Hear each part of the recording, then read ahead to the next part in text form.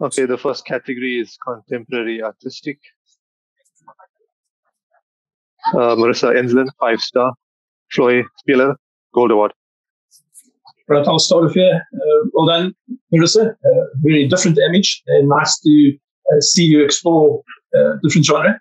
A nice composite, and quite a different view from the normal one that you see in your rearview mirror. It's either taxi sneaking up with you or something crazy like it. So I like the contrast in colors. I like the fact that the mirror just holds in the center of its interest, which is a lady playing the violin. If anything, I find that the frame on the right-hand side maybe it's a little bit dark, and you can maybe bring out some great tones in it, and it's not just a stark black frame on the right-hand side there. But overall, nice, clean, different image, and I enjoyed it. Thank you. 2-star. There Be Fairies, Silver. It's, I believe, a very nice picture. It has a lovely atmosphere to it. The focal point lies on the left on that main flower. The one part that I find difficult to cope with is the number of white spots that litter the image. The focus is very good on the main flower. There's a sense of depth to the right where there's the diffused focus. But what is the reason for all these white speckles? One wishes that the author would just clean the picture up.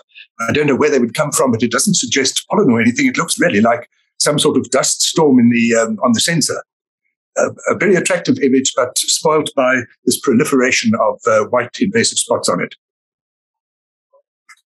Paul Ellis, 2-star. Even the Broken is Beautiful, Gold Award. Well done, Paul. A couple of things that I like about this. Obviously, it's a nice, clean image. I like the composition. I like the soft pastel colors and also the contrasting color. But what made it very interesting, right, is that you normally see these flowers from the other way around. We're looking at the flower instead of the rear end of the flower. So, well done on giving us a different viewpoint, and I think you've handled it extremely well. 2-star. You Are Worthy, Silver. An attractive picture. It immediately has impact. This blending of the background, the very straight lines, vertical and horizontal, set against the rather free-flowing lines of the plant. The color tones are good. There's just not enough of a wow factor to this image. It doesn't immediately arrest you and make a very powerful statement. And if you have a look at the edges to the right and to the left, there are very light bleed-off areas there that you sort of lose contact with the image as the eye floats to the outside. But full marks for seeing the opportunity of seeing the color match and of playing with these lines that are both very rigid, very symmetrical, and then the free-flowing lines of the plant. Next category is Macro. Jane LaRue, 2-star. Eye on Hello, Gold Award. Nicely done, Jane. Congratulations on the gold. The a couple of different areas here that sort of strikes one immediately. One is that you have a slide that really stands out, but the dominant subject in the frame is really the corn. So that does attract a bit from the impact that the flower can. But I think if you want to conclude it all, what I find difficult to see value in is that you have different tones of background. So on the left, you have that sort of green-grey, and then it goes into like a creamy, and then very bright on the right-hand side. So if there's anything that I would add to improve in this, other than crop some of the corn out, is to actually just tone down that very bright background on the right-hand side, and that will just place it more evenly. But other than that, good focus on the fly. The highlights on the corn can be sorted out by using a diffuser. And I know it's not easy when you're out in the wild, because as soon as you introduce something like that, the subject tends to fly away. But it is worth a try, because that will actually just flatten out those very stark highlights, and also just bring out more detail in the eye of the fly. But nice presentation.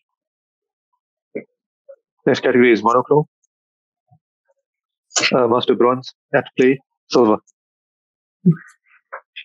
An interesting picture. The composition is good. The author has put the subjects on the third and given them some space to look into. The water has been well captured. The hippos themselves in the conversion to monochrome are a little grey. One almost wishes that there was more definition, perhaps the use of levels to strengthen it. The other thing is, if you have a situation like this where there are two animals, it requires patience and perhaps more than one picture to get a better definition between the front animal and the back one. If you have a look at the lineup there, the front one cuts the eye of the back one in half, whereas there must have been a moment somewhere in this interaction where there was greater clarity between the two animals in the frame. So when you have a wildlife situation like this where there is movement, one needs to be A, patient, and B, prepared to take more than one pic so that you're not just limited to this particular moment. There is very good definition here. It's just a pity that the animal at the back is so obscured by the one in front. And if you have a look at the mouth of the one at the back, have a look at the wonderful detail on those hairs on the nose and on the lines of the mouth. There is a great deal of merit in this picture. It just needs to be timed a little bit more explicitly than it appears here. Tori Skillen, 4-star. Yes, Mom. Gold Award. Well done, Tori. Very pleasing image, and also very different to the normal. So the way presented here, the vignette actually helps you just focus on the important part, and that is the interaction between the cub and the lioness.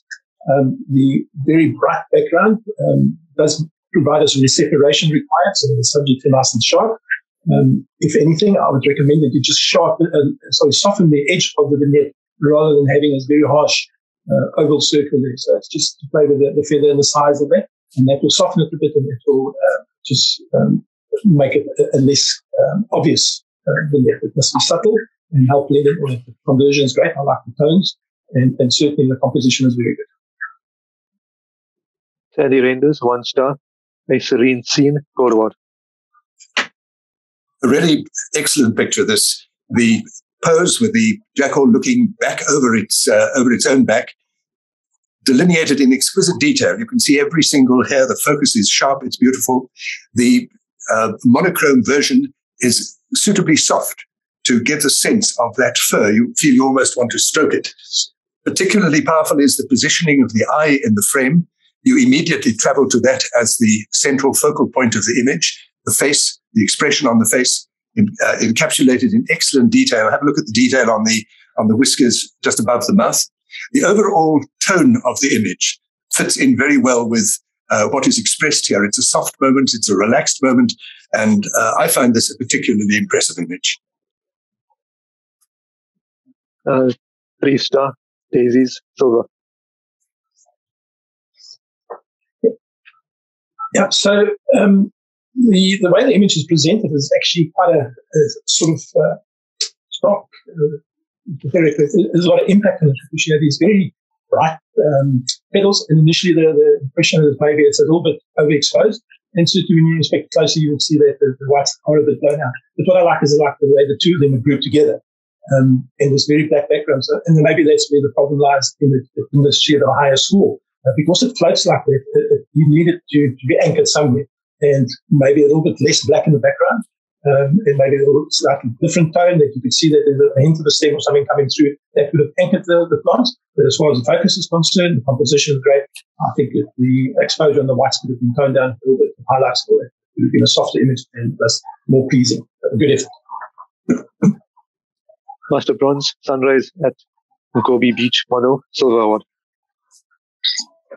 A pleasing image with its strength lies in this lead-in line that is very strong. One wonders, in fact, whether it is not perhaps too strong, the separation of those two white lines running through it. But there is good detail on the rocks on both sides. There is a good balance in the monoconversion. The horizon line is on the thirds, and the clouds give a sense of mood to the picture. Perhaps the whites, if you follow the lead-in line, the very strong whites, where they end, sort of in the middle of the picture, it just loses its texture there. It's a little blown out. One almost wishes that you could soften that effect, soften those whites, get a little more contrast in the mono version of this scene. But the image itself is pleasing. The mood is there. And I think if the author could just soften those whites, it would improve it. Andres Borman, Master Bronze, Caracal, Gold Award. Nice one, Bori. Lovely image of the Caracal. What's particularly pleasing is that the look that you've managed to capture, the ears poked up, and I know the cat's aware of the surroundings and is preferring not to acknowledge. So the conversion is well handled, the separation between the subject and the background is pleasing. And if you look at the texture in the focus on the Caracal, that's where this image really stands out. And the piercing eyes is what holds the viewer's attention. Well done. Ian Taylor, Master Bronze, Cape Vulture Descending, Gold Award. Very strong picture. Interesting how the wing is in an unusual position. When one does bird photography, it's important to get detail in the wings, and that Ian has done here. The primaries, particularly the extended dark feathers, are beautifully handled. There's a lovely white and black balance throughout this image. The whites are perhaps on the part of the extended wing, are perhaps on the edge. They're just getting a little bit close to being blown, and certainly on the back, one registers that as well, that they might perhaps be softened. But the image is impressive in that, have a look at the eye, have a look at the beak. It gives you the sense of purpose, of direction in which this vulture is flying. There is a lovely sense of movement, although it's a totally static image. There is a lovely sense of movement in it, a flow with the wings and the beak and the eye all moving in one direction. Very good diffusion of the background, and the way Ian has handled the contrast between the bird, its colorings, and the background has been really expertly done to make the subject stand out. A very powerful and impressive image. Next category is nature.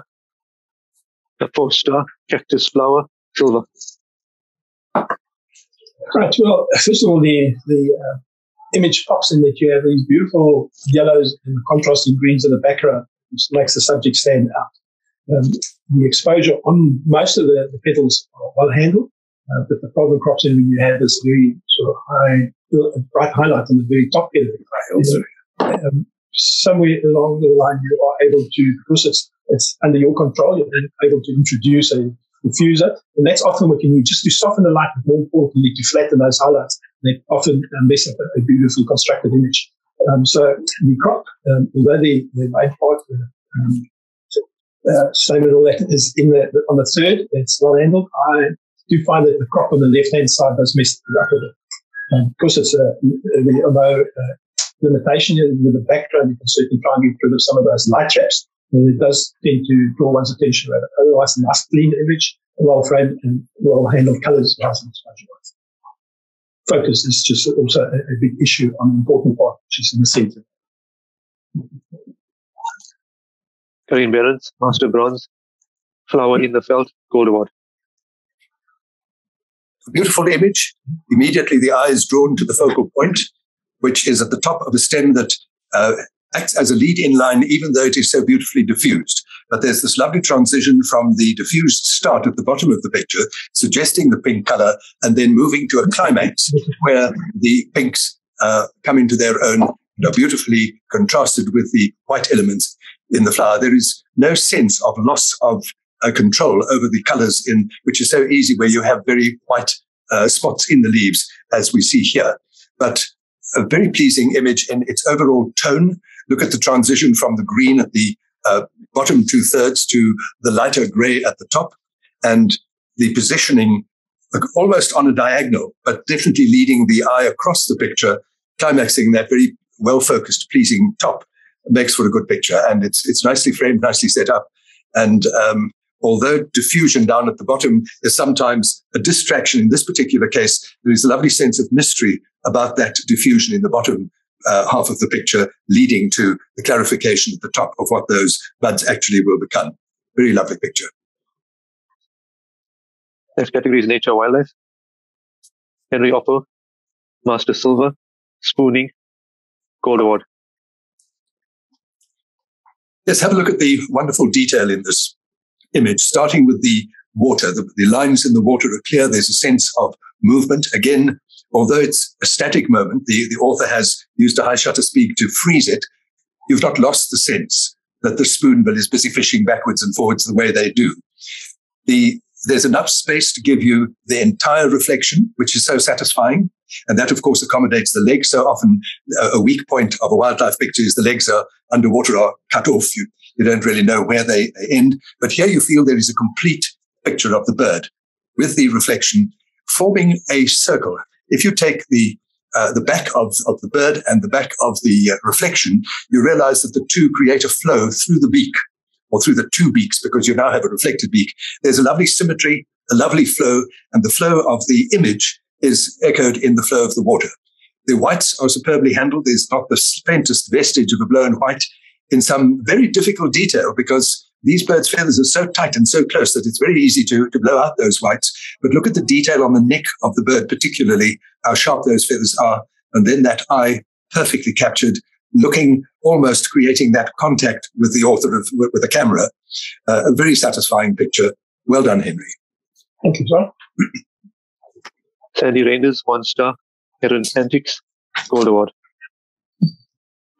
Well, Sandy, well done. It is a great image, particularly the pose. It's more than just a static bird in the stick. It's either preening, about to jump or take off and all that, but it's the separation between the subject and background that is really the sort of, if you into wildlife and nature, especially birds, and the background is always an issue, and you try and control that to really bring out the detail in the subject, to draw one's attention and hold the attention on the subject. And this is what you've managed to achieve. I'm not too concerned about that sort of streak of lighter green, grey coming through. But the detail on the bird, the action that's just about to take place, the separation between the background, and just that look and that eye, intent on its prey, well captured, well. John Darcy, 3 star. Cheetah cub hiding in the grass, Gold Award. What a delightful image this is. The cub beautifully placed on a third, lots of space to look into. The background beautifully diffused. The plant on the left, in the bottom left corner, anchors the picture, and you get the sense of the cheetah emerging from behind it and emerging with that look of intense attention and surprise, found particularly in the eyes, which are so well focused, so well presented.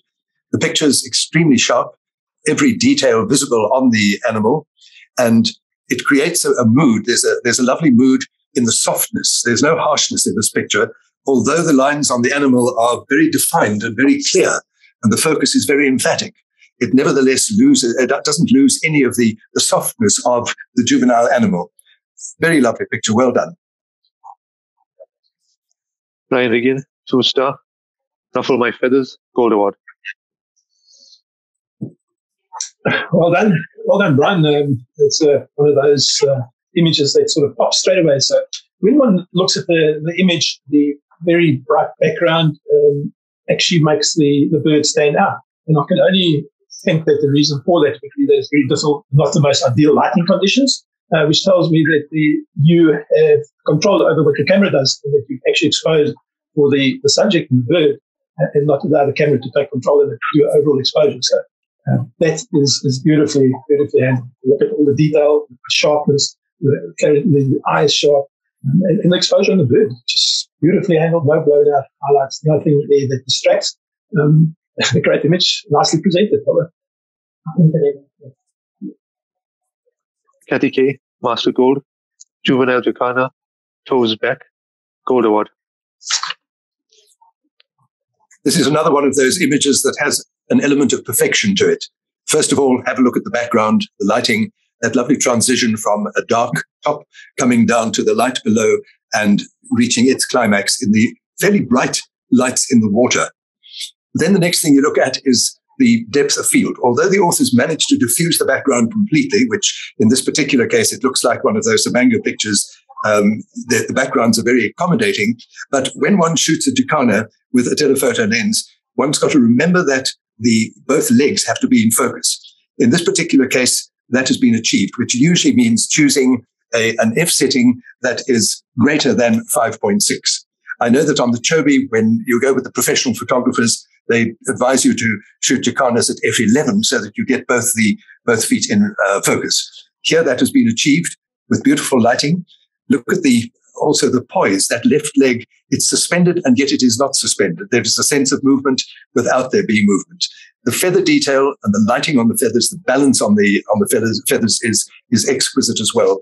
The general tones, the authors managed to balance the tone of the bird's wings with the tone of the diffused background in front of it, and very sharp eye, very sharp beak. In fact, sharpness throughout where it matters, and the correct level of fall off in diffusion at the background. Very nice reflection, brief reflection in the water. You almost wish that you could lower the picture and give the total reflection. It's so attractive, but a very nice picture nevertheless. 3-star, southern ground hornbill in flight, silver. Well, first of all, very rare sighting. These birds are not very common, or they're sort of lost in the wild, and one needs to report them when you see them in the park. So having seen it and then seeing it in flight is an extra bonus. Normally these birds just busy feeding, and all they want to do is get away from the motor vehicle and the photographer. So you've captured the bird in flight, and I think that managed to achieve that. The placement is it's in the park, so the road doesn't worry or concern me at all. Where the image does fall short a wee bit is that I think with the blacks really needed to be lifted a bit and get a little bit of detail on the blacks. But the main issue really is the blacks, the sharpness required. Certainly to reduce that separation from the background. So the head is a little bit lost. The exposure on the whites and on the front of the wings is well handled. It's the blacks and the focus that lets this image down. Jacques Elshop, Master Silver, after dinner, gold award. Well, I wish I could express it as well as you express the other images. Jacques, well done on this. It's, again, one of those different images. Generally, we would try and capture the whole image line with the whole cheetah lying and its full body included in the image. And then you miss out these 10 little moments like you managed to capture that. That really is what makes this image pop. It's soft lighting, beautiful lighting, the focus is spot on. The exposure on the cat is fabulous. And then you have this red tongue coming out, licking and cleaning, and it just holds one attention. And that's really the object in this. Well done. Lovely image. 1-star, crested Juraco, silver. A very challenging moment, this. These birds are extremely difficult to photograph because they move so swiftly. They run around in trees rather like rats. And to capture one of them in this static pose is in itself an achievement. The problem here, photographically speaking, is the background is just a little bit too distracting and too messy. It's almost worth considering a crop to come in tighter on the bird, but it would definitely need more diffusion to bring out what is very good detail. Look at the eye, look at the beak. The focus there is very sharp. The feather detail is good. The color balance is good. And what is a strong point is this contrast in the color of the berries with the light yellows of the berries and the dark blue of the bird. But in terms of impact, to transition this into the sort of gold level, one would just need to tighten it up. You could perhaps crop a little bit off on the left-hand side and reduce that dark gap in front of the berries, which is almost like a dark light trap there. And try to, next time, if you're lucky enough to get a bird sitting like this long enough, to use a slightly larger shutter aperture so that you diffuse that background. Van Berens, Master Bronze, choice of berries, gold award.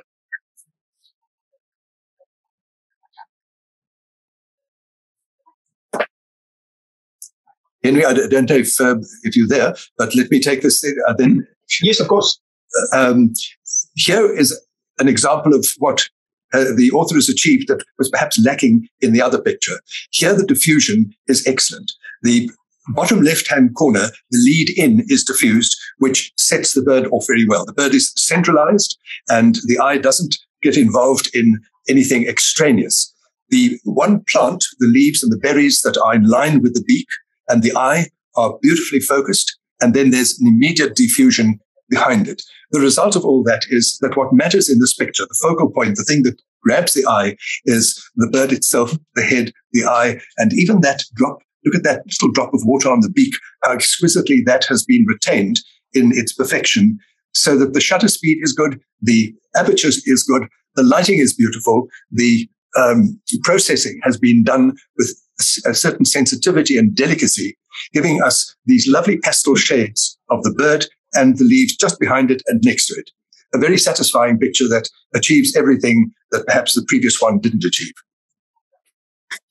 And Borman, 5-star, a different view, gold award.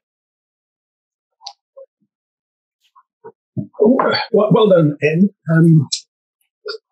So normally one sees these ladders in full flight, scaring the living daylights of everything on the ground or at the waterhole. And seeing them stationary like this allows one to actually then appreciate the the beauty of this bird. If you look at this one, if you look at the sort of tones, the texture in the wings, but the colors, it's almost like a camouflage. And so when they're in full flight and all that, they're very difficult to spot. So you've captured that. It's possibly not the most ideal lighting conditions, but nevertheless, it comes through as a nice soft tone across the whole image. And the birds pops in. I'm always on about the separation. And this again is a good example of achieving that separation between the background and the subject, which indicates that you understand the depth of field, and that is what's very much important. So I feel that the bird could maybe do with a little bit of brightening it up a bit, and just lifting it, the shadows a bit, just to make it pop a little bit more. But again, as it is, well handled, nice composition and sharp. Shamin Fenter, 5-star, alert, gold award.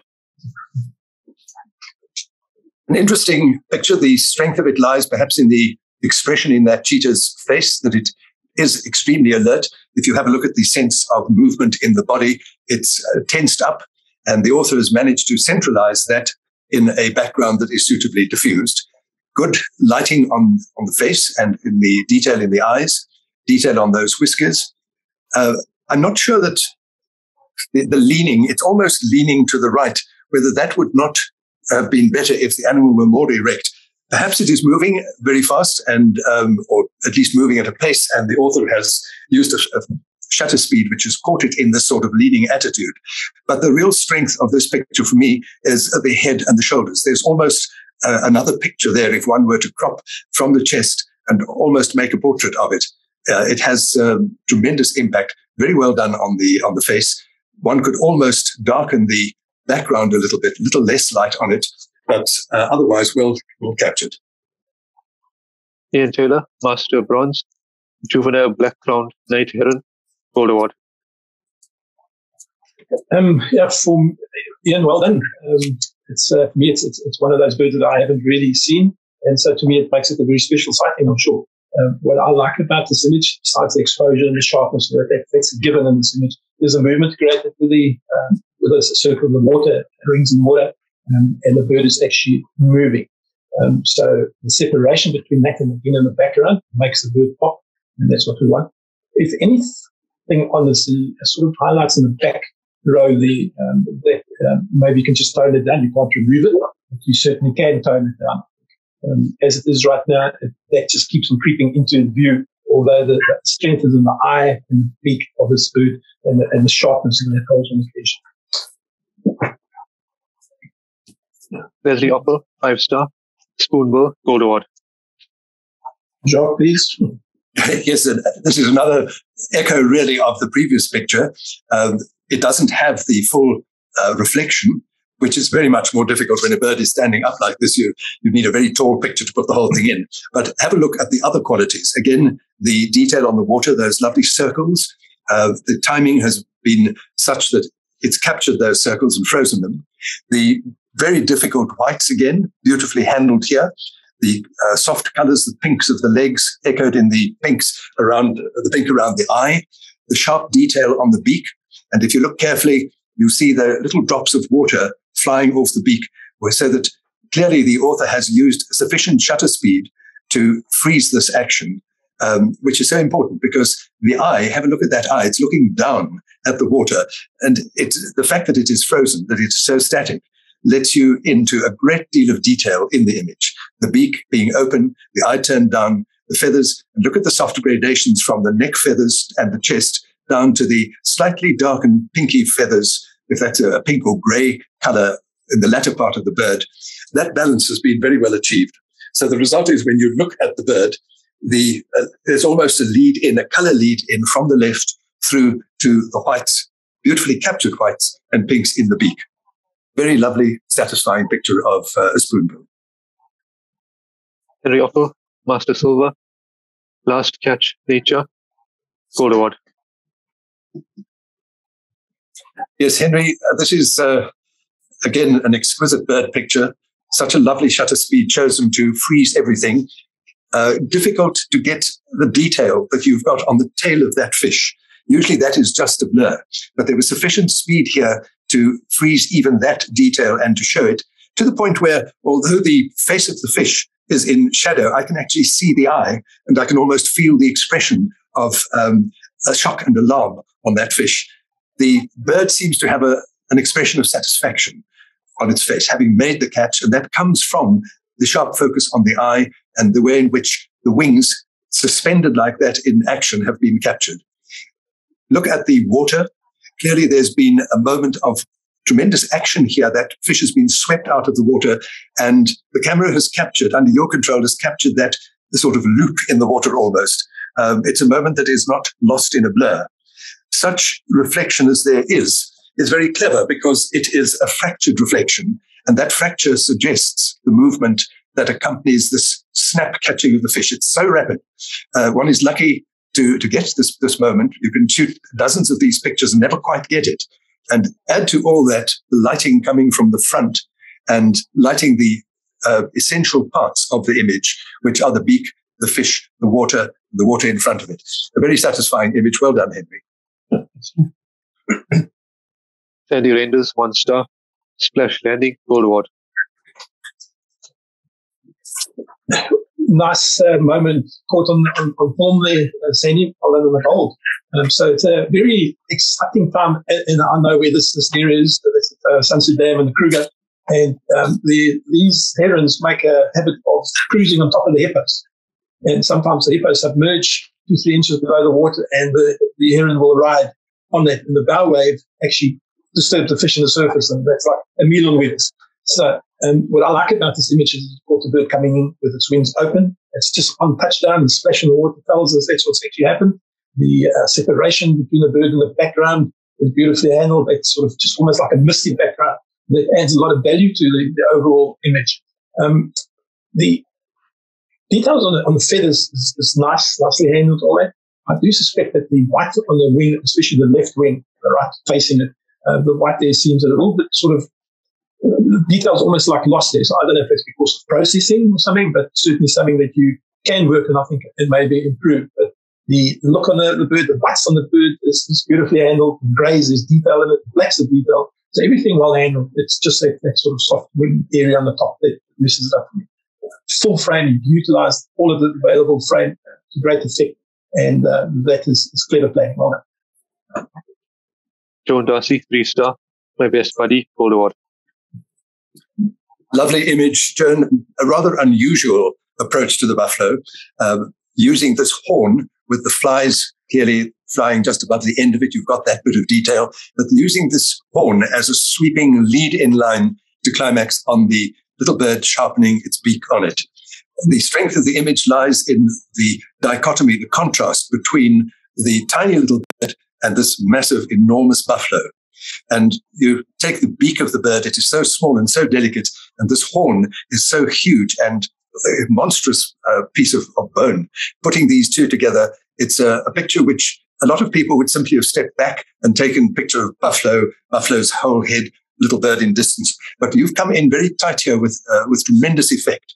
And although it's on a different focal point, the eye, there's a sort of look of toleration in the eye of the buffalo. That to me is not a distraction, the fact that there's a second place where the eye rests. To me, it strengthens the image, and all that is, that meaning is encapsulated in very fine detail, to the point where you have the flies on the end of the horn, you have this lovely detail on the pitted nature of the texture of that horn, and then the way that bird is. One wonders whether it's sharpening its beak. It could, in fact, be sleeping, but it's enchanting. The entire image is enchanting, and full marks for cropping it in this rather unusual way, which gives so much meaning to the action that you've captured. 2 star, snack time, silver. Yeah, wildebeest in the right light always makes it pleasing because of the sort of textures and the colors that you pick up in the wildebeest, the different tones of grey, black, brown, blending together. So the fact that it's chewing, busy chewing, got some grass on it, actually adds to the image in telling a story. The animals alert, looking towards something, just been interrupted, but it was in its own natural habitat. And that place is nice. I like the composition of it. So why not high mark? I think possibly the crop at the bottom does spoil it a bit, because you know that the hooves, if the grass wasn't there, the hooves would have been amputated, and that is really a no-no. So if you do have access to more area below it, certainly drop that crop so that you know where the hooves are, even though you can't see them, they are within the frame. And that would add a lot of strength to it. I would suggest that you maybe try toning down some of the greens in Lightroom if you have access to that. And of course, although it places it and all that, it does draw one's attention to keep on looking at those dark spots behind them in this image. So I think with a little bit of work, and if you have more room below the animal, try and extend that, and you end up with a better image. Kathy K, Master Gold, Jackal catching a sand grouse, Merit Award.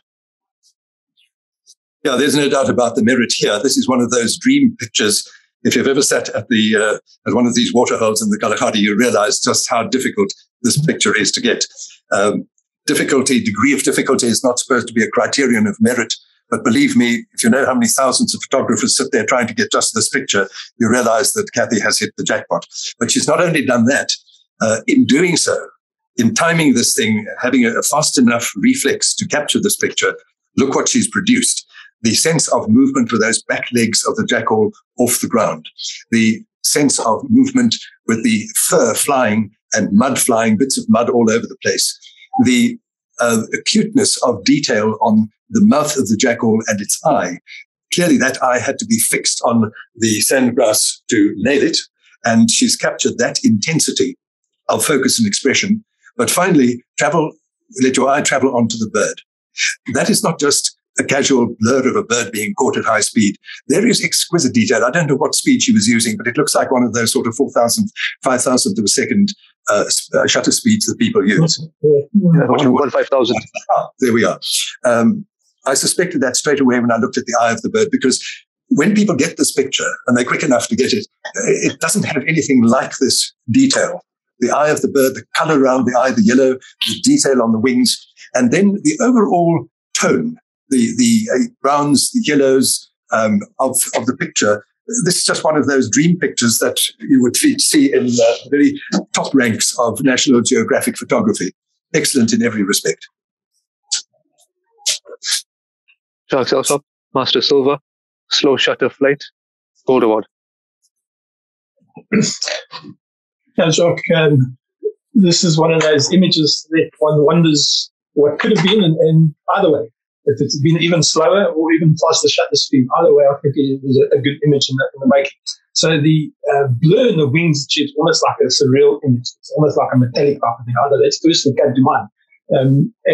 It certainly conveys the motion, and these things are so quick when they take off that you've captured that moment. And that is in itself is just a big, I normally get the tail, or somebody would get the tail, or nothing at all, because they're so quick. So the timing is perfect. The shutter speed is very unusual, and it's got an image that is slightly different. So what is that? 1/25th of a second with 850mm lens is no mean feat. So well done. And certainly the separation in the background. One and a higher score, I suppose that some of the judges might feel that you needed something sharp, something more definitive that you can actually just say, well, there's a sharp eye, sharp bill and all that. Not even the picture is just taken off from the shot. But it's certainly one of those images that will elicit lots of response in different ways.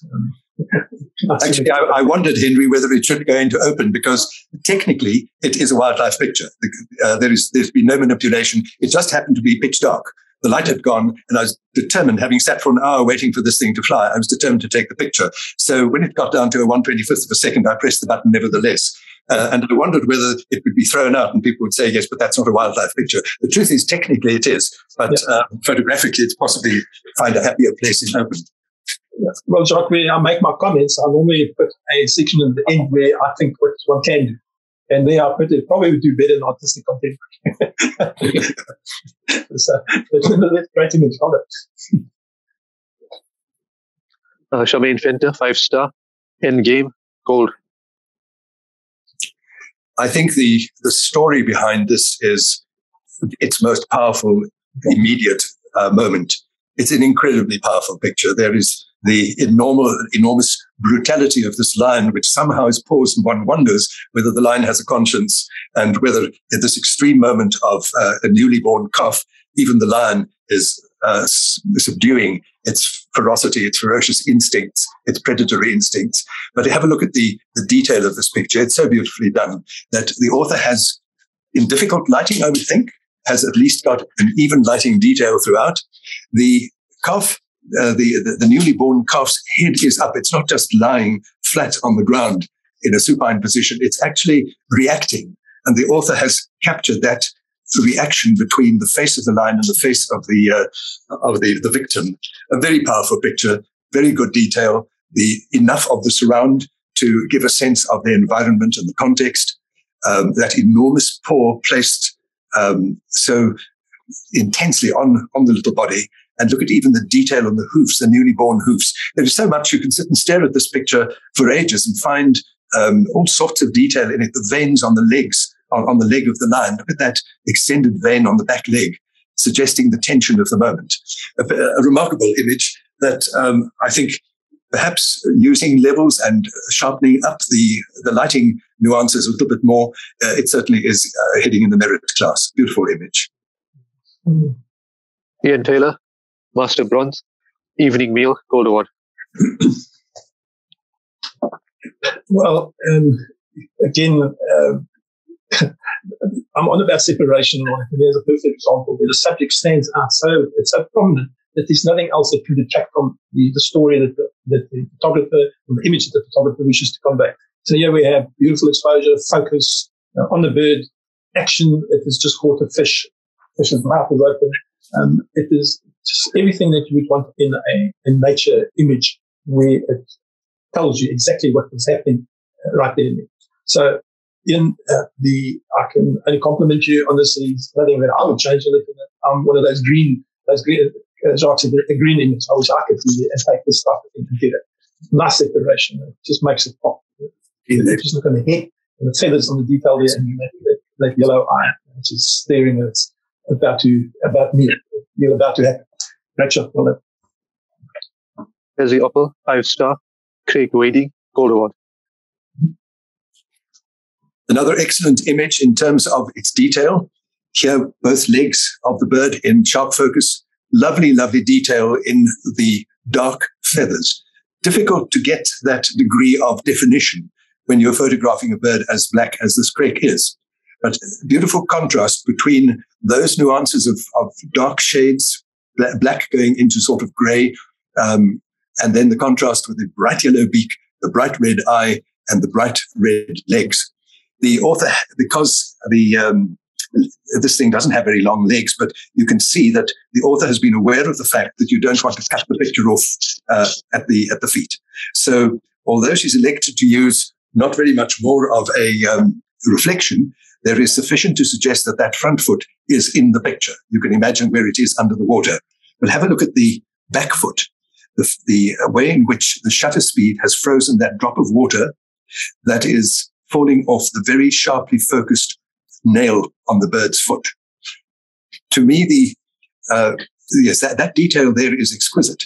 And the fact that it is drawing mud out of the water there gives you a sense of movement again in a static picture. With wildlife of this genre, it's always difficult to freeze a picture, freeze the animal, and yet retain a sense of movement, that it is actually moving.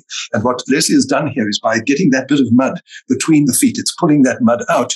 You get the sense that there's movement there, and yet the beak and the eye are absolutely static as it's focusing on something that it is going to peck at. If one could, those white spots, they're difficult, those white spots on the leg. I had a disqualification in a salon for having a white spot like that on fish that I moved, that I reduced with a brush, and it was determined that it was manipulation. So I'm not quite sure how one handles those white spots, but if you can reduce the impact of them, they're just reflections of the water. One has to be aware of the fact that you can't use a healing brush tool to remove them completely. You have to use the dodge and burn device, but that is not always successful. But there's a very lovely image. And again, of course, that diffused background, which has been very well handled, and the colors so nicely balanced between the beak of the bird and the shades of yellow and brown in the background. Beautiful image. Sandy Reinders, 1-star, perfect takeoff, Gold Award. Well done, Sandy. Certainly, you've captured the title beautifully, and the fact that you've just left and included a little bit of green stuff at the bottom helps with the title, but it's just taken off and therefore it places it perfectly. As far as the bird is concerned, it is beautifully handled as far as exposure is concerned. The white's a little bit bright, but not blown out. And that's what makes it stand out so nicely. The angle of the wings. Normally they're completely open and you get a wide wingspan. This time you've managed to capture either the upstroke or the downstroke pulling in. So what it's done is that it's just created lots of movement with the left wing, the feathers, the way it curls and cut up and all that. And it all adds to the composition and it gives you that wow that one expect or like in this type of image. Well handled. Great shot. Joan Darcy, 3-star. Bedraggled Thickney in the Rain, Gold Award. Another lovely bird image with whites and feather detail extremely well handled. The drops of water from the rain are clear. The shutter speed has been chosen to allow you to feel that sense of movement. The bird does look bedraggled, as the title suggests. Have a look at the detail on the legs, the fact that the feet are concealed in the sand. The sand is there, the feet are not lost, but well positioned. On the right, it's almost a third, but it's not a bullseye shot. The shot would have lost a lot of its impact if it had been planted in the center. Here, one could almost give a little bit more space on the left and a little less on the right to put it looking more into the picture. But it has nevertheless been handled very successfully. And to me, the focal point, the beak, the feathers, the chest, the eye, those are all very strong points in a different genre. In an open one might have tidied up that bit of grass coming in from the right, but very advisedly in wildlife, you can't remove anything. And therefore, you can perhaps soften its presence with lighting, with mild vignette, but nevertheless, a strong picture, a bird very well executed. Next category is pictorial. Clarissa Ensland, 5-star. Even a bad day has something good, Gold Award. Yeah, I mean, Marissa, well done on the gold. It's one of those images that has sort of immediate impact to it, really because of the colours, the artistic feel that you've put in here. The colours is the one that holds it, and obviously with the street. So what I like about the image is I like the different tones that sort of just blend together beautifully. It has that sort of artist brush filter, I assume that has been placed on there, and that's well handled. The area where I think that this image can be improved is that if you look at the three sort of complete, what do they call, you'll get those sort of spots right on the center of each of the fruits. So the bottom one, bring it down a little bit there, left one there, and then the fruit right above it, there's a spot there, and again on the right hand side as well. If you, it's an open category, so that means that you can actually sort that out. And I think if you do that, then it possibly an higher scoring. It's one of those fine art things you either like or dislike. I like it, and I think it's a great image. Well done. Tim Gould, Master Bronze, Yellow, Gold Award.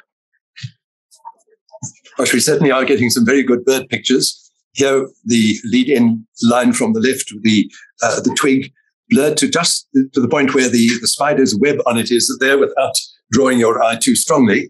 But where does the focus really lie? Look at the detail again on the eye, the beak, the head, and the chest feathers. In the processing of this picture, in choosing to soften certain areas, the author has been very clever because the part that really matters has been thrown into very sharp focus, and the parts that matter less are there subliminally, but they're not lost. Very lovely line, the positioning of the bird. If you look at the feathers on the wings going down to the tail, and the very subtle loss of focus on that tail matches again the balance. It balances with the loss of focus on the branch on the left. The little pink feet, just subtly pink, not overdone. They don't distract, but they give a certain anchor to the bird. And the background being so beautifully diffused sets the whole thing off. A picture that has immediate impact, and the eye travels to the bird's eye and stays there. And you almost feel that you're entering into its head and being able to relate to it. Very lovely picture. Henry Opper, Master Silver, Preening, Gold Award. Yes, Henry, this is a statuesque picture of a bird, isn't it?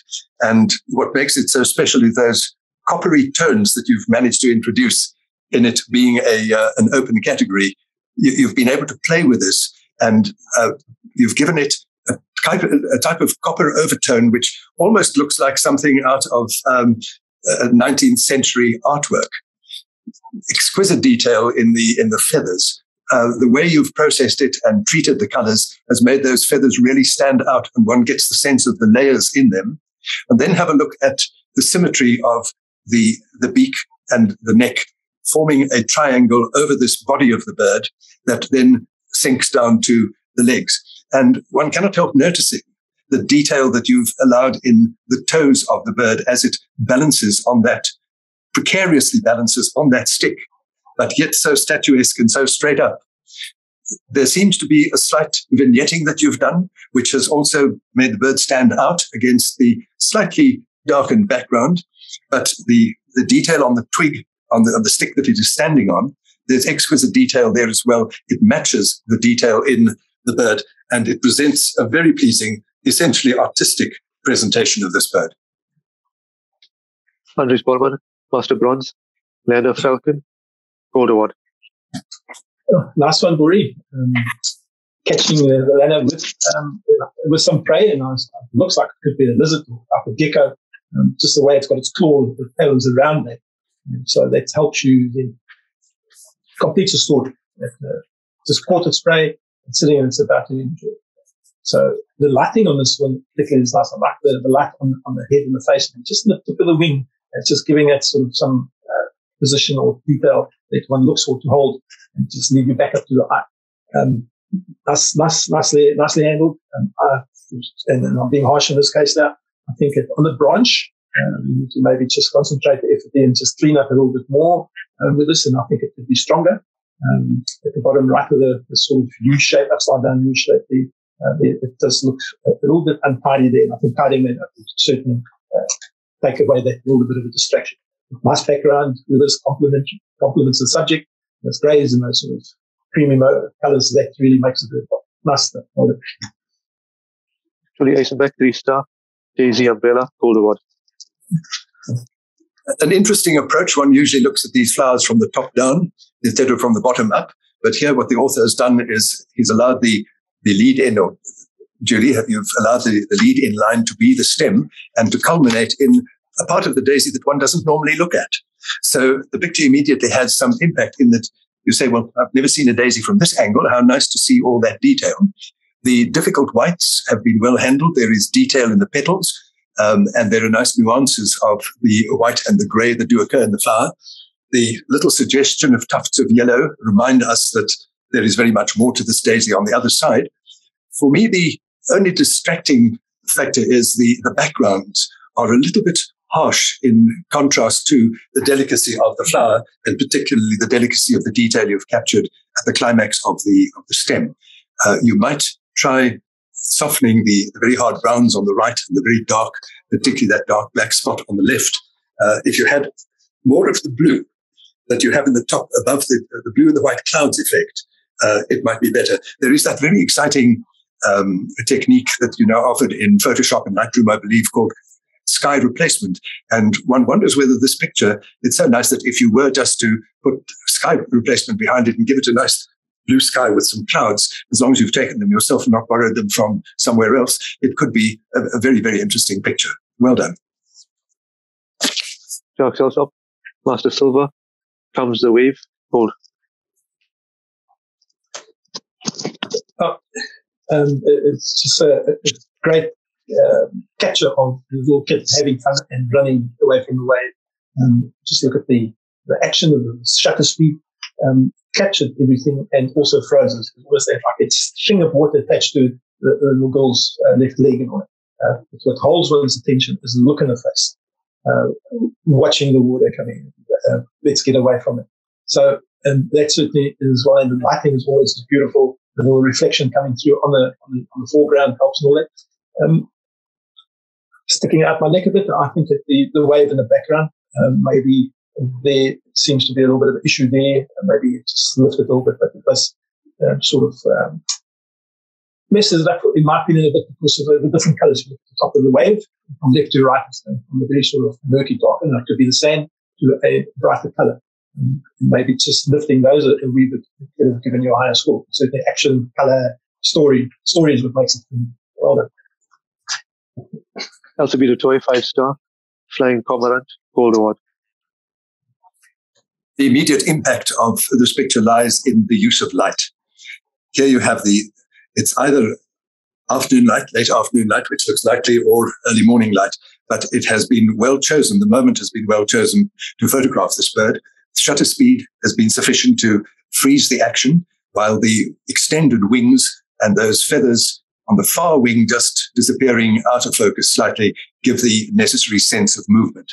There are lovely nuances of color, which are difficult to capture in a bird like this in certain lighting conditions, but set against the very pastel background, it's made it stand out. And that has been, I don't know what degree of processing it's required to get that background so subtle, but it certainly sets off the subtle pastel tones, set off the very emphatic, rather harsher tones of the feathers in the wing. An excellent picture. Moving forward, if, again, one had a choice, you might take a little bit off the left and put it in the front of the bird so that it isn't so bang slap in the center of the picture. Let that sense of flowing movement be created further by giving it more space to fly into and less space behind it. But beautifully done, beautifully frozen, excellent lighting and excellent detail. And one 5-star, purple tulip, gold award. Oh, nicely done, and well done on this gold. It's one of those images that I take an immediate liking to it because it's so different, I mean, in a very nice and complimentary way. So what I like is the leading that comes in from the left, and that sort of grounds the plant there. But then the detail in the center of this plant, the stamen, that actually floats around is what makes it for me. The beautiful rim lighting on this tulip, on the edge of the petals and all that, just helps hold one's attention and draw it back right into the important part, which is nicely offset on one of the thirds. Just clean, well-presented image. Love it. Michelle Pearson, 5-star. Cautious landing, merit award. Yes, there is very little to say about this picture other than it tests perfection. This really defines what perfection is. If you have a look, first of all, at the very slight fragile twigs on which it's going to land, you realize that there's a contrast between the fragility of that and the almost menacing strength of this bird. And yet in its menacing strength, there is a delicacy that the author has captured through very sharp focus and exquisitely defined detail. Look at the claws, almost the marks of age on those claws, the wrinkles, the talons absolutely pin sharp, not a detail missed there at all, echoed again in the feather detail on the head and the eye and the beak. Those sharp points all exquisitely handled. And then there is this gorgeous tone throughout, a color palette that matches the blacks, the whites, the browns, the grays with the background. And as usual, Michelle's the absolute expert in these backgrounds. They are so beautifully diffused.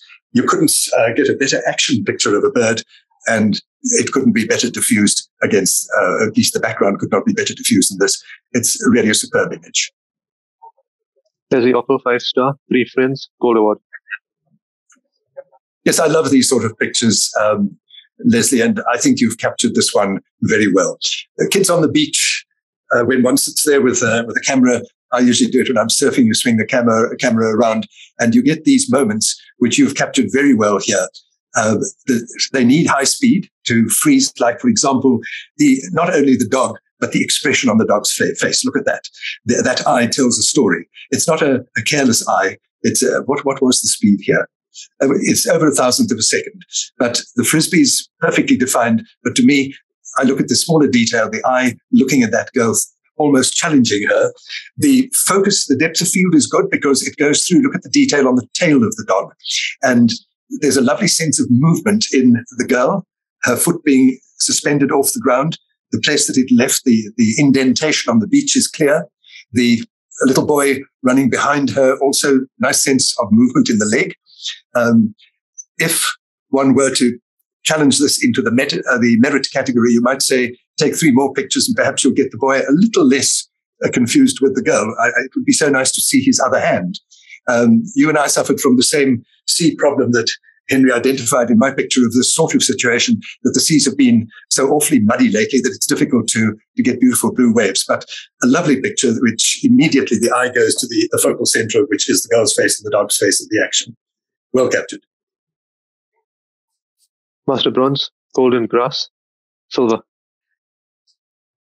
Right. Well, the score maybe doesn't do the image justice in that I love the composition. I think that the base coming up and then leaning with the seeds hanging over at that angle, it's almost a picture of nothing much, but there's so much there. So why not a higher score? Maybe the sort of bright area on the sort of green leaf that's almost like blown out, that could be toned down, and maybe the detail on the seeds could bring those out. Certainly with the latest Lightroom, you can do that and select the subject and sharpen them up nicely, bring some more color and texture into it, and then that will give you that clean crispness and all that. But for me, the composition is really just the type of image I like, and I would encourage you to carry on exploring that, and you're going to come up with some definite winners. And just looking forward, as Jacques puts it, this is also the type of image that you could possibly try and convert into monochrome. Then you can sort of get rid of those distracting highlights, which can all be tones of grey, and you could possibly bring out all the detail that I suggested. Altamira Toy, 5-star, The Dilemma, Gold Award. Yeah, a very powerful image. It's one which arrests you immediately. You're drawn into the eyes of that mysterious individual. There's an enormous intensity there, so that the impact is immediate. Then you go beyond that impact and you look at the execution of what the author had to work with. Beautiful skin tones, lovely detail in them. The blending of the whites and the blacks is so subtle. Look at the lighting on the right of the face and the left of the face, how it's not harsh, but it's very evident. You can't miss it, that the one eye is in a moody kind of darkness and the other one is sharp and intense. And then, quite apart from the flowing line, the hair going down to the shoulder, all in black, with this exquisite white moment of the face between the two, you suddenly get this red whistle. And you wonder what it is. It's a powerful statement visually. It could have a million meanings to it, but its power lies also in the detail of that whistle. It's not just a casual addendum. It's precise. The detail on the plastic of the whistle and the plastic of the lanyard that is holding it, every little vestige of detail is clear. Beautifully balanced light and dark, and enormous impact with lovely detail. Great picture. Michelle Pearson, 5-star, Taking Off from the Mud Pool, Gold Award. Oh, Michelle, I hate it, only because it's not mine. I really used to say. So again, one of your signature images that you just perfected. So to just put some meaning into all of your images, you can make a bad image better, but you can't make a bad image good. So that tells me that you're starting with a good, almost perfect image every time. And that's what you've got here. You've got a perfect image as far as the action, the movement, the timing is really what's important. Just look at the drops coming off the talons there. It's on the uptake, it's moving up, the intent of its eye, all of that. And then you introduce the sort of subtle background and always tones in with the subject. And it is really a fabulous image again. And it's certainly one of these that I expect to see do very, very well wherever you enter. Keep it up. It's inspiration to all of us that try and do something like that. It's always to show and lead from the front in this genre. Well done. Master Bronze and Pattern Silver. Yes, this is an interesting image that I think probably in what it presented to the author promised more than it delivered. Full marks for the detail and getting the texture of the sand. Perhaps not as strong as that transition from yellow at the top and yellow at the bottom to the color in the middle. But somehow there is not enough in this image to actually create the wow effect. You don't look at it and say, wow. You look at it and say, yes, I can see the sand. I can see those lines. It's an interesting approach, but a difficult one to execute.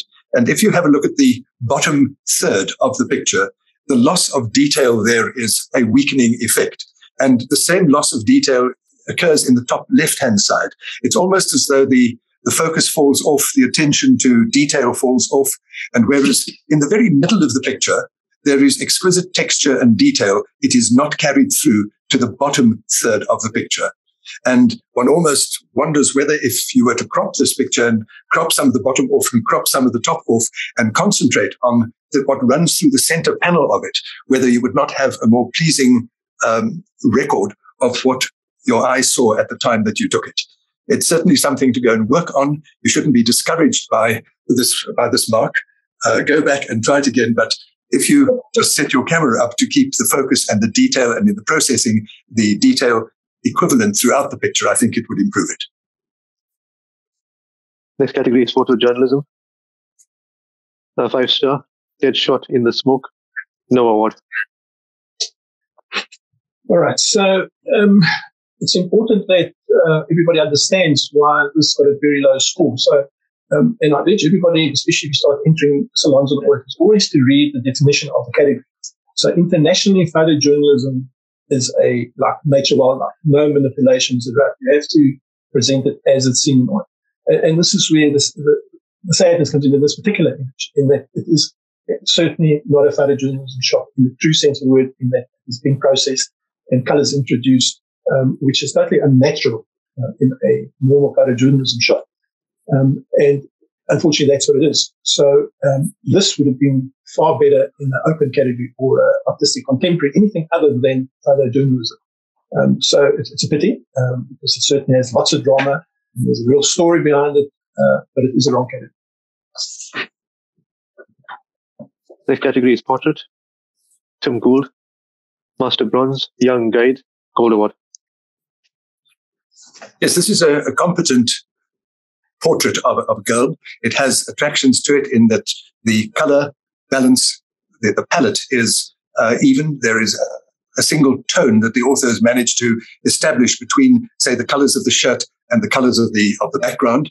One wonders whether those two white spots in the background could not perhaps have been, since it's portrait and you can manipulate, they could have been removed to even it out. The detail is very good. The eyes are bright. The lighting is excellent there. It's a picture which it's very difficult to fault it technically. It's just that somehow or other it's a little bit sort of straight on. And to me, the eyes, the flashes in the eyes, the two dots are also distracting. But it's a picture you almost feel you want to turn her slightly sideways, that she's not quite such a sort of mugshot pose as it is here. There's a little bit more subtlety to it. To me, it's a little hard and head-on, but certainly technically, in terms of the focus and the detail, it's very good. Andries Borman, Master Bronze, Grooming, Gold Award. Nice one, Buri. Really, it's one of those wow images, especially if you're a cat lover. The action that you've captured here with the drawing, does he lick itself, tongue in that sort of extended position. And if you look at the detail in the eye, that contrast and that green eye and all that staring in the distance, capture that beautifully. It's a nice, sharp focus. And it's ideally suited to the portrait format in which you introduced it.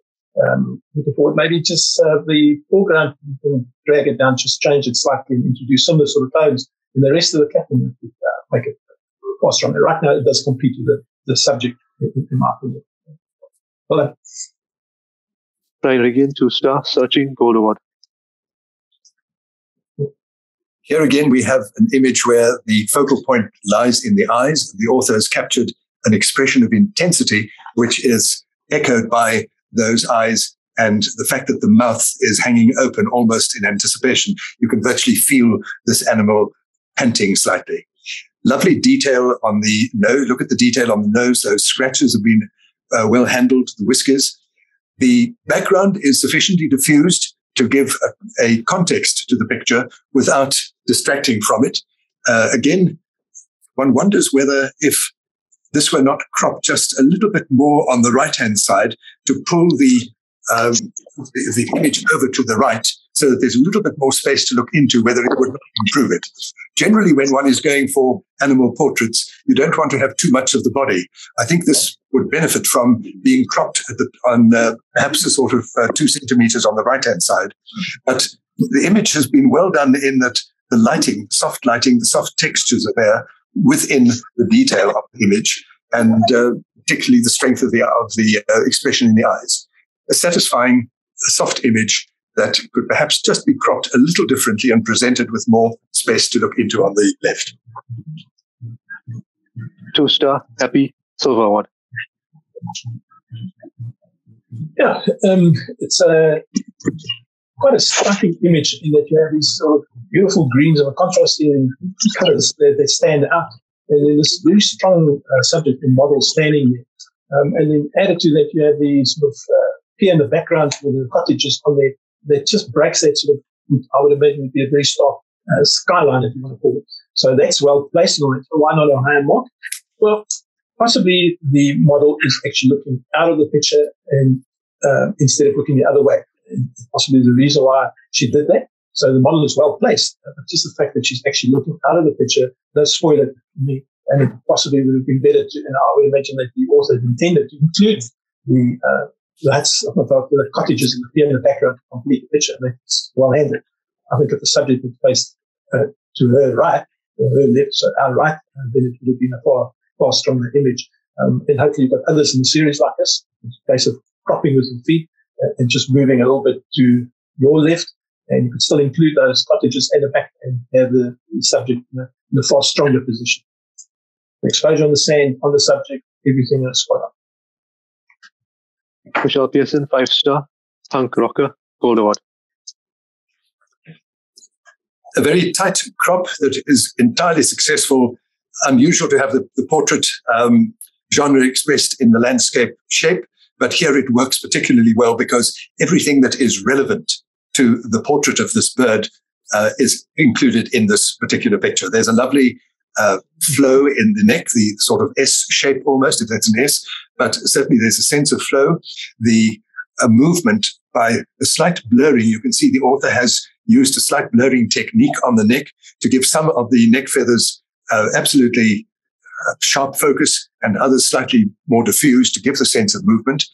There's a beautiful flow in the S movement, the S shape, and then it's echoed in those feathers on the bird's head that throw back like that. If you've watched these birds often enough, you'll realize that they assume this pose when somebody enters their space. These herons tend to sit on a perch on the lagoon, and if a cormorant or other bird dares to enter its space, this is how it expresses its disapproval. And that bulging eye that the author has captured so very beautifully and so very sharp expresses that sense of almost indignation at someone else coming into its space. Beautiful detail, well presented, lovely control of the colors. There's a tendency often with these birds to oversaturate that copper-colored neck, but here it's been handled very well. The white's handled well. The lines are beautifully executed. A great picture. Next category, escapes. 4-star, Melbourne street scene, silver. Yeah, so certainly you have a cityscape here with some very interesting shapes and colors and patterns. And then to add to it all, you also have this big red bus standing out there dominating the image. So all that's very good. So why not higher mark? I think the big problem with this image is certainly the very blown out whites in the clouds in the sky. And that can be sorted out in Lightroom, Photoshop certainly, but in Lightroom you can sort it out. And if you do that, then it takes one's eye back to the important part, and that's the structure and architectural genius, if you want to call it, how they've managed to introduce all these different patterns and shapes into the structure, and that's where the strength of this is. So I think that's what's really let the image down. So let's just say, how can we improve it? The cloud, that very white one, certainly is a problem. And if the author would like to contact me after this, I'll most certainly give my rendition of that and show you what can be done going forward. The other thing that I would suggest that one do is, of course, it's more architecture and it's buildings on it, is to just pay attention to your verticals, easily corrected in Lightroom. And then maybe to add a little bit, another dimension to the image is behind the bus, between the bus and the motor vehicle, is that background in the shopping center. And I would lift the shadows up and bring out some detail so it leads one's eye and takes you into the shopping center, if that's what it is. But it's certainly very interesting, and like the triangle composition in this all works where sort out the sky and you have a far stronger image in this. Lawrence Oshop, Master Bronze, Souffle, Panorama, Gold Award. Oh, well done, Rona. Really beautiful tones and colors in this panorama. And I really love the panoramic crop. It really adds to the overall impact of this image. Detail throughout, from the front to the middle ground to the background, skyline, and the cloudscape. Very difficult to fault it, and that's not the intention to fault it, but to see how we can actually make it a far stronger image. To me, it's almost a case that it covers both sides of one's sort of almost peripheral vision and all that. So you go from the one tree to the other tree and actually missing out on the important parts of it, which is the mountains and the hills in the background. So if I look at the skyline, and this is not being critical, but it's a suggestion to just make this pop a little bit more, where the sort of visible, the foreground meets the foot of the hills. You seem to be a bit of a haze right along that line. And maybe it's a gradient filter that you drag over there that would sort of give you that sort of area. But I think if you can address that one, then you would actually just make everything just fall in place and blend beautiful. Nice foreground, nice detail, nice everything. Well done. That's a bit of toy 5-star sunrise from Port T, Gold Award. Very interesting line of the hill leading the eye down. You take this dark anchor in the left corner. The eye travels down that ridge and lands in the horizon line of the sea, which has been astutely chosen in the bottom, I would think, 1/8 of the picture or 1/5 of the picture, giving most of the space to the sky, which has been subtly handled. Lovely cloud formations, and the lighting on the sea is reflective of what is seen in the sky. The lighting is gentle. If you look at the hillside, you realize that it's not just a dark green, it's not a black green. That light has fallen and is shown to be on the hillside, lighting up the grass. Look at the beach and the water line of the waves there, how the light again defines very clearly where the water is. So when you sit back and look at this picture, it draws you in to the distance, the enormity, the immense distance of the universe echoed in both the sea and the sky. Pleasing image, making good use of light and processing it well. Van Berens, Master Bronze, Sunrise with Clouds, Gold Award. Well done, Fawn. It's certainly one of those sort of scapes that immediately said, well, look at that.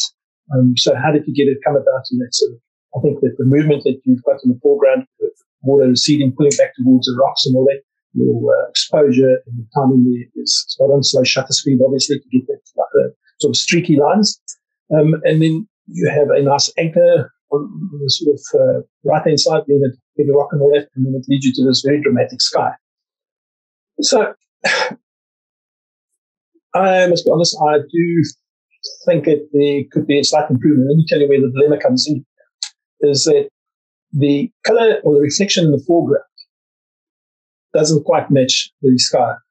And that's what you would expect to see. You would expect the reflection of those tones in the foreground. So maybe tone that down, and I think it would enhance the image. And I'm not assuming or suggesting anything, but certainly those colors don't quite match, whereas everything else to me is perfect. The blues and the port on the right-hand side, the sort of creamy brown on the left-hand side, and you have this glow on the sand, and I think change that slightly, and it will make it a far stronger and more pleasing image. But well done with the gold. Nice image. One of those you'd see hanging on a wall somewhere. Desmond Raby, 1-star, Rensburg Cop, Gold Award. A pleasing image that leads the eye down that road to climax in the, I suppose that's a sort of sandstone hillock in the background. The composition is good in that the eye starts on this wide angle in the foreground and narrows down that road to end at the bottom. The color balance on the sides is good. What I find could possibly be improved is the detail on that mountain, on that, it's more than a hillock, I guess it's a mountain in the background. If that were to be richer and more color brought out, more detail in that, it sort of dies. The picture is very strong. Look at the detail on the tar road in front here, the pitted tar, the dissembling work on the road. And then you almost crave that type of detail in the mountain. It would redeem the picture if one would punch through those clouds with more emphatic color, more emphatic detail, more definitive lines in the image. But other than that, it's well composed, and I think it holds a lot of promise that can probably be rendered simply by a bit more processing of the top half of the picture. Charmaine Fenter, 5-star, Patterns in the Sand, Gold Award. Hey, well done, Charmaine. It's not often that you get a portrait format doing justice to a landscape.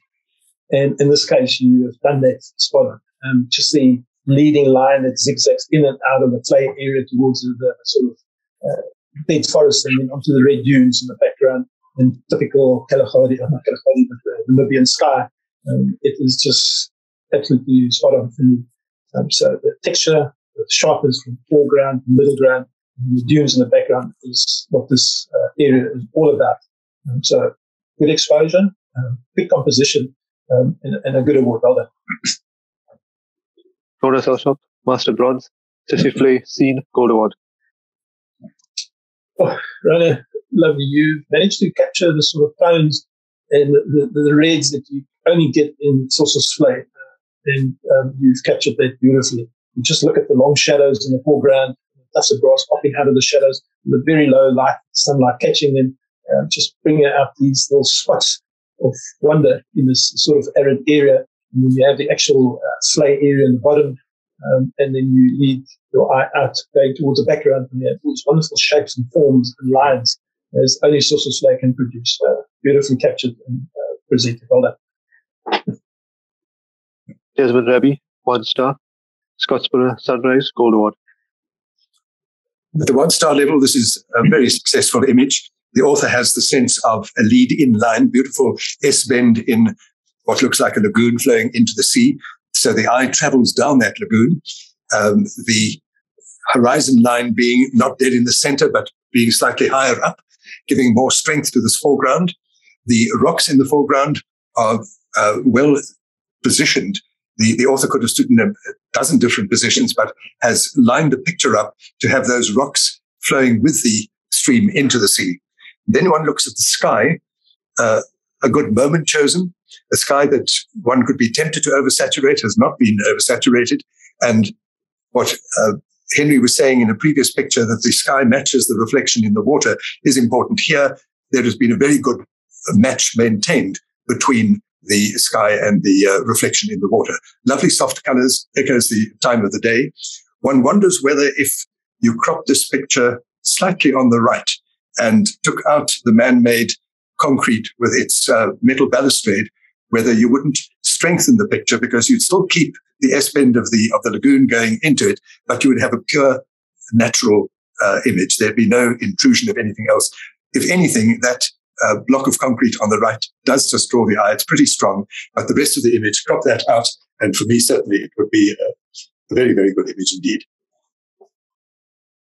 Flora Salshop, Master Bronze, Desert Dunes of Namibia, Gold Award.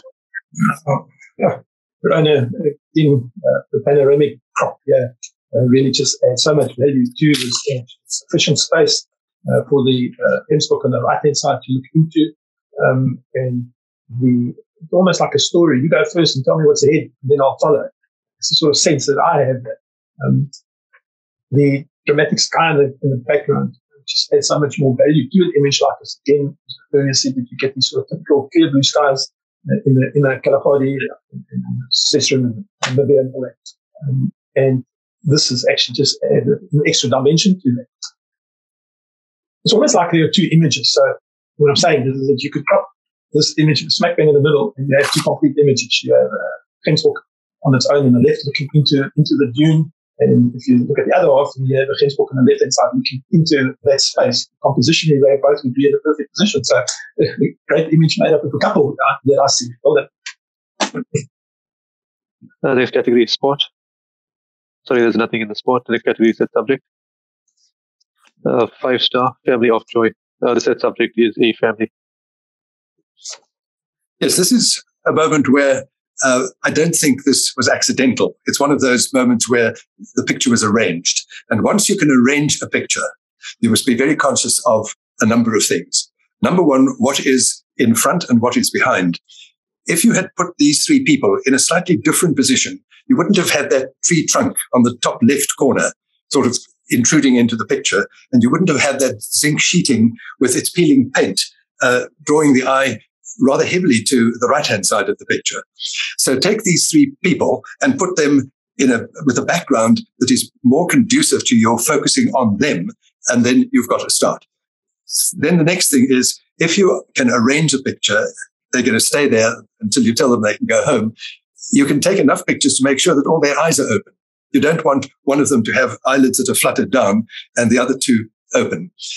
Lovely idea, well executed in terms of its focus on the foreground, not quite so strong in its lack of attention to what backgrounds mean, and also opportunities to get eyes of people open. Maxim is always be aware of what is behind your subject as much as you are aware of the subject itself. But otherwise, cheerful picture, good idea, nicely executed. Tim Gould, Master Bronze. Life in the Tree, Gold Award. Well, Tim, well done on your gold.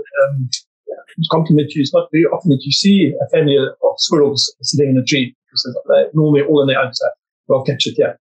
Very unusual crop, and that's what the subject actually allowed you to do, because you want to present the family. So the exposure on the two squirrels is nice, lots of detail, and also detail on the base or on which these two squirrel animals are sitting. Lots of texture and all of that, and the little sky balance right in the bottom left and in the top right. So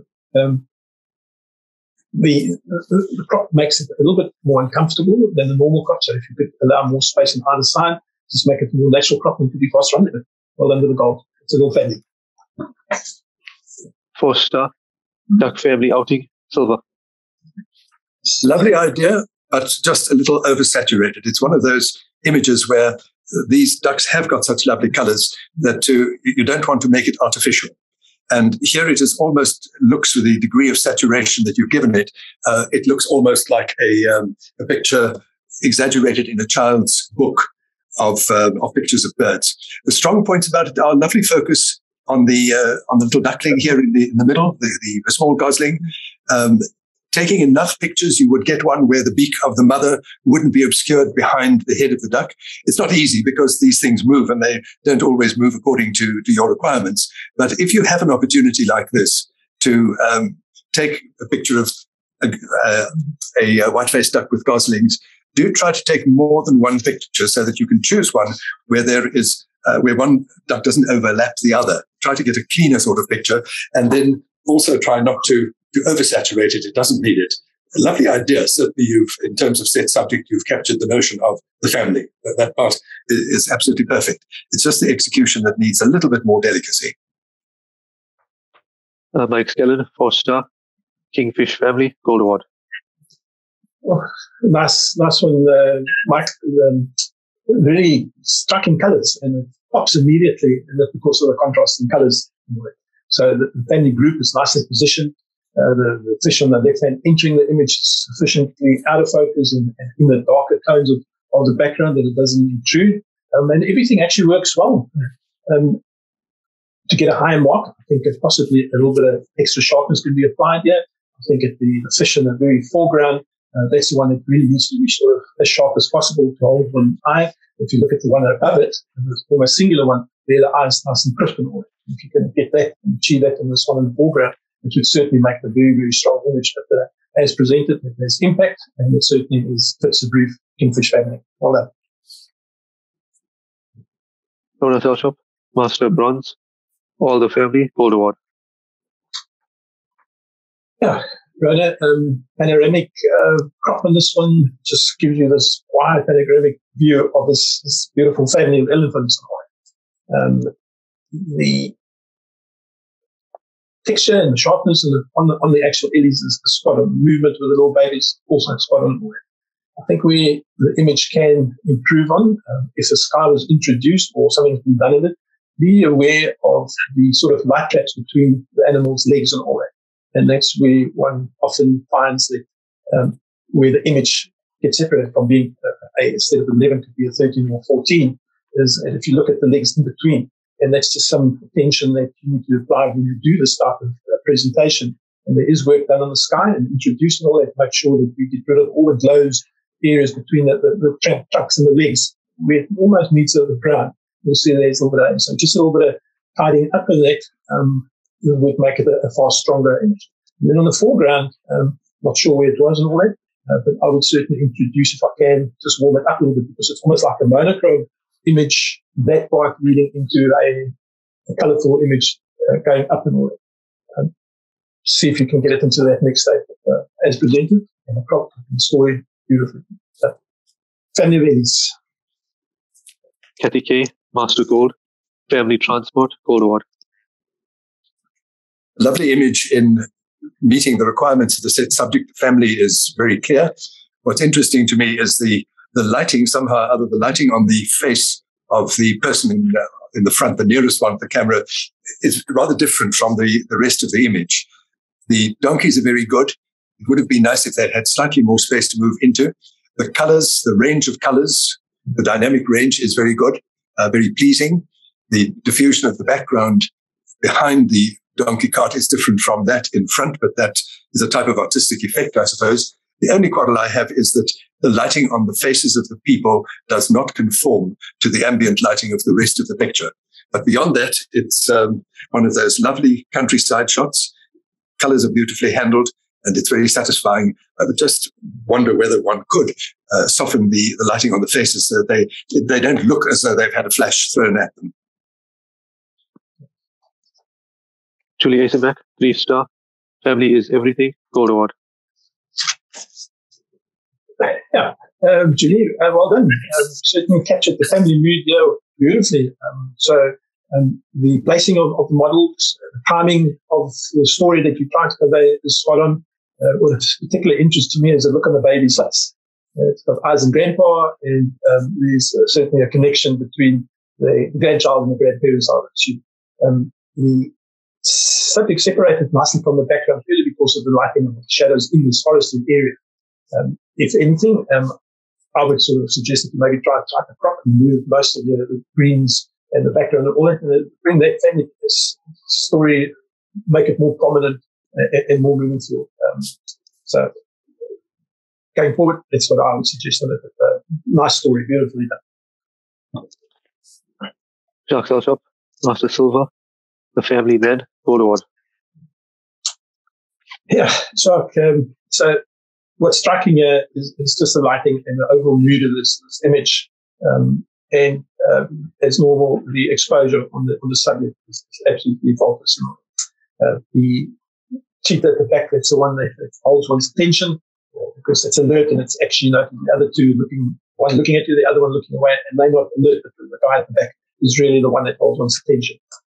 Unfortunately, the way that they're lying down there, it doesn't help you with the cropping as much as that you would like to possibly get rid of some of the background, just to separate the subject more from the actual overall scene. But it is what it is, and you handle that all beautifully. The greens are not overly intrusive. It's busy, but it doesn't compete with the three subjects and the family of cheetahs. Master Bronze, Egyptian Goose with Chicks, Silver. Yes, here's another picture of the goose. The very nice composition. The mother Egyptian coming forward with the chicks following as they do. They do huddle exactly like that. And credit for the detail on her feathers. She's got a very clear, focused eye, almost aware of the fact that she's being photographed. The colors and the detail on her feathers are well handled, and the depth of field carries through sufficiently to the goslings. If you look at their eyes, they usually tell you straight away whether the focus is there or not, and it certainly has been achieved. The depth of field being sufficient to cope with both her body, her feathers, and those of the goslings. If you look at her beak very carefully, you'll see that that's just falling outside the focal range. And perhaps the part where this image could be improved is in the saturation of the water. It's terribly dominant. The author has included the reflection of the mother goose, but the green water is very, very strong and competes. Try cropping this picture. Forget for a moment that reflection and draw a line just under the birds. And then, because you can manipulate, go and spot out all those semi-green spots around and in the background, clean up the picture there. And I think it would strengthen it enormously if you were to just soften the competition that the birds are experiencing from the very heavily saturated and dominant foreground. There is a picture within that picture, and if I were the author, I would go and isolate that picture and work on it and tidy up any little messes in the background. 5-star, unusual guinea fowl family, silver. Well, I think that the author has produced something that's completely different. They have created a family image with all these little miniatures, clay or whatever they're made out of. So I love the sort of contrasting colors. I like the shape and the composition. You look at the group at the bottom, all sort of looking at each other. You can see on the side, and then the parent overlooking all of this. Why not a high mark?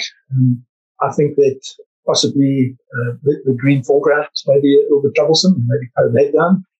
I certainly gave it a high mark. I thought that for the subject that was family produced, maybe the whites are a little bit brighter spots in it, but it's a clay model painted and put together in a really cohesive composition. It's a lot of thought went into this, and I certainly think you deserve the award for it.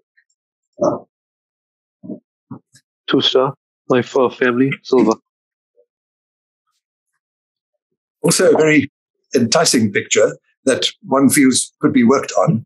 If you were first of all, look at the positioning. It's dead center. It's kind of a bullseye shot.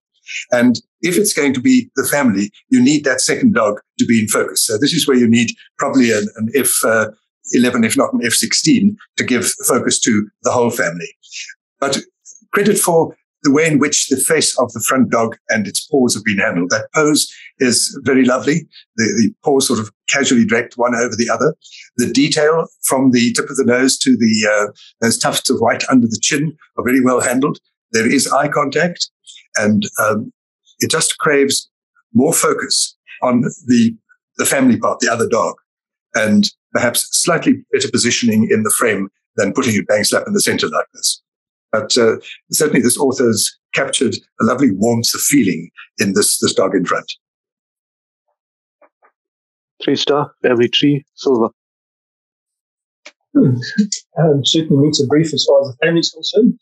And what I find very interesting and actually enjoy it is that the actual rim light around the two, the father and daughter, one can only assume. And that really adds a different feel and look to that. So why not a high mark? If you look at this detail in the faces, the exposure is well handled considering the background, so the author has to handle that properly. I think possibly the angle is a little bit of a concern in that it almost feels unnatural. So it could be that that was the only angle you could sit. But if you could tilt that image to the left, then you would bring them into a far more comfortable position visually. And I think that's what I would suggest one tries and all that. But certainly the rim light just adds a beautiful effect to this family photo. 5-star, 3 sisters, silver. Again, one wonders why the author planted the models right in the middle of the picture. And if you do have the opportunity, clearly this was not just a casual accident of seeing 3 people walking across the west of the Transkei. This is another controlled factor. If you can control a picture, then compose it a little more carefully than this one suggests. Take, for example, the smaller child right in front.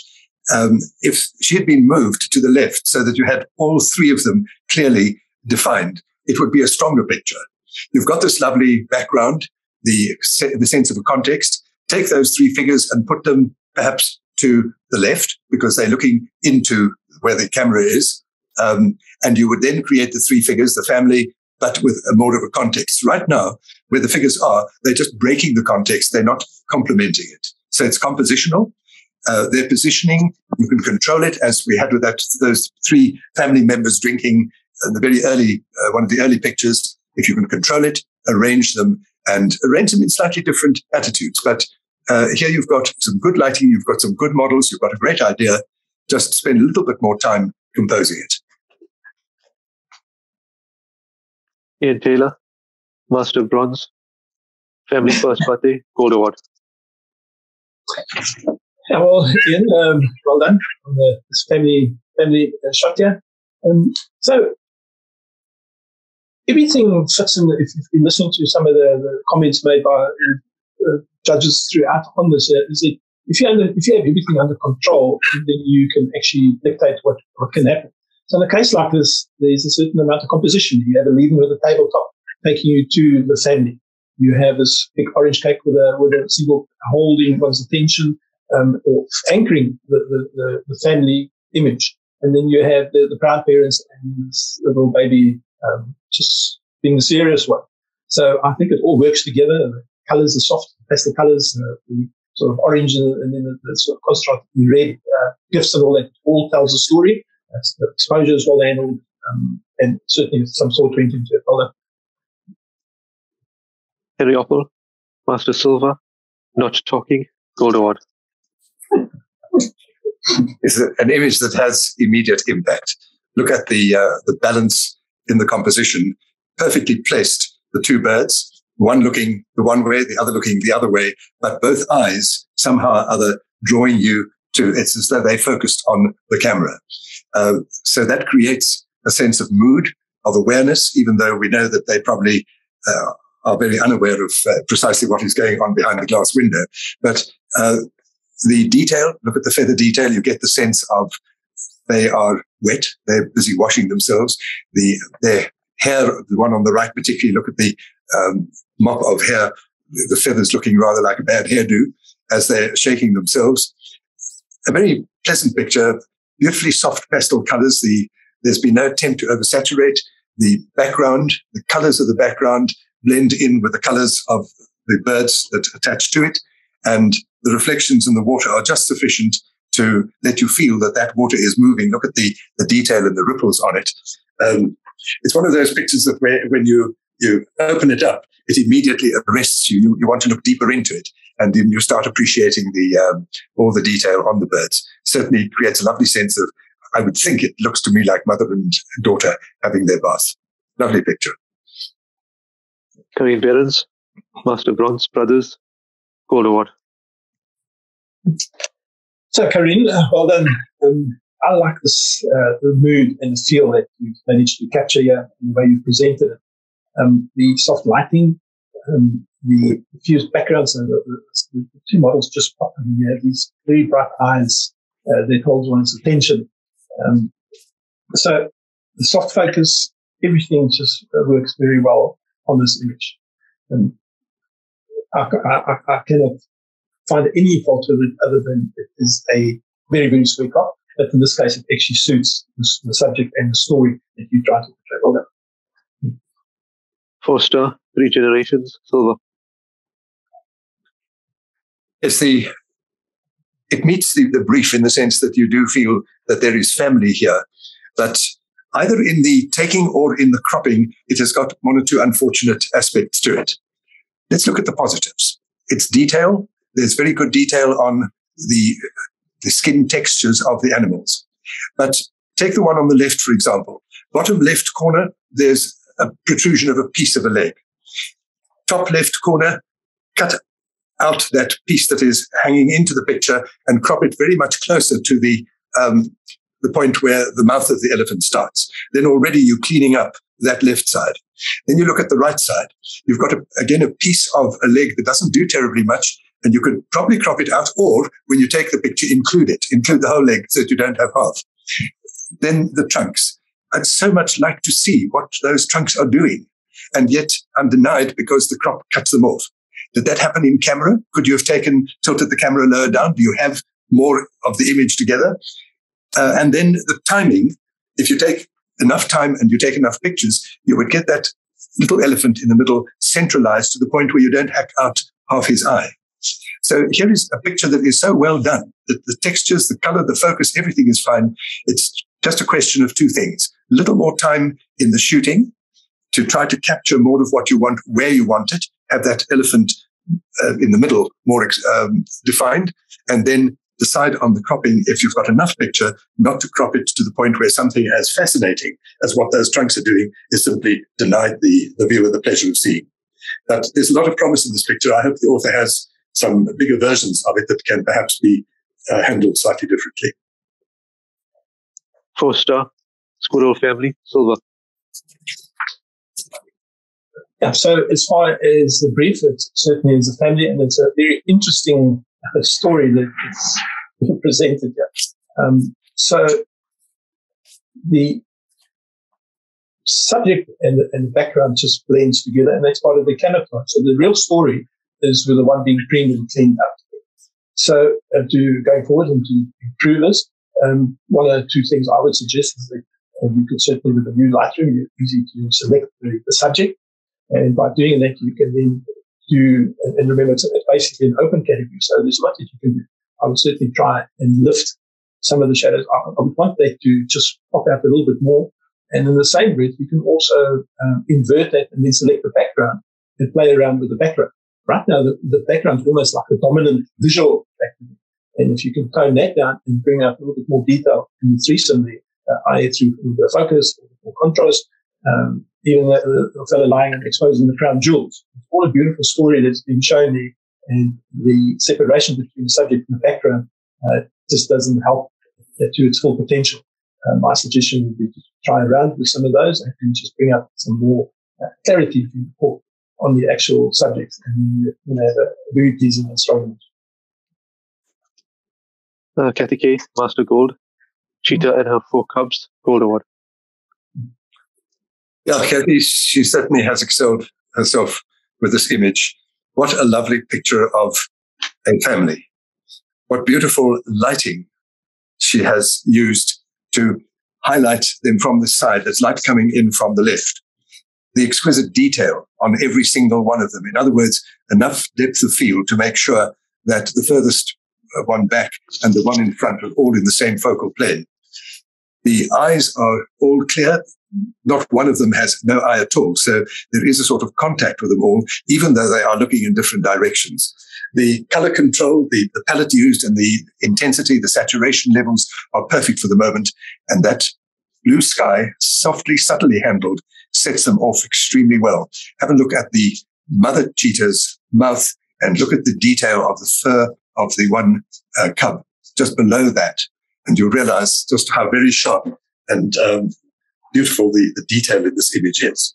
I'm not sure that if one were to take a little bit of this brown bit at the bottom off, you could almost crop this bit of it off so that it's not quite so strong. It still gives a base to the picture. You could tip it slightly to the right so that it is almost level, but really the eye's drawn immediately to the central point, which is those faces of the animals, and it certainly meets the brief and does so very well. 4-star, A Family of Ducks, silver.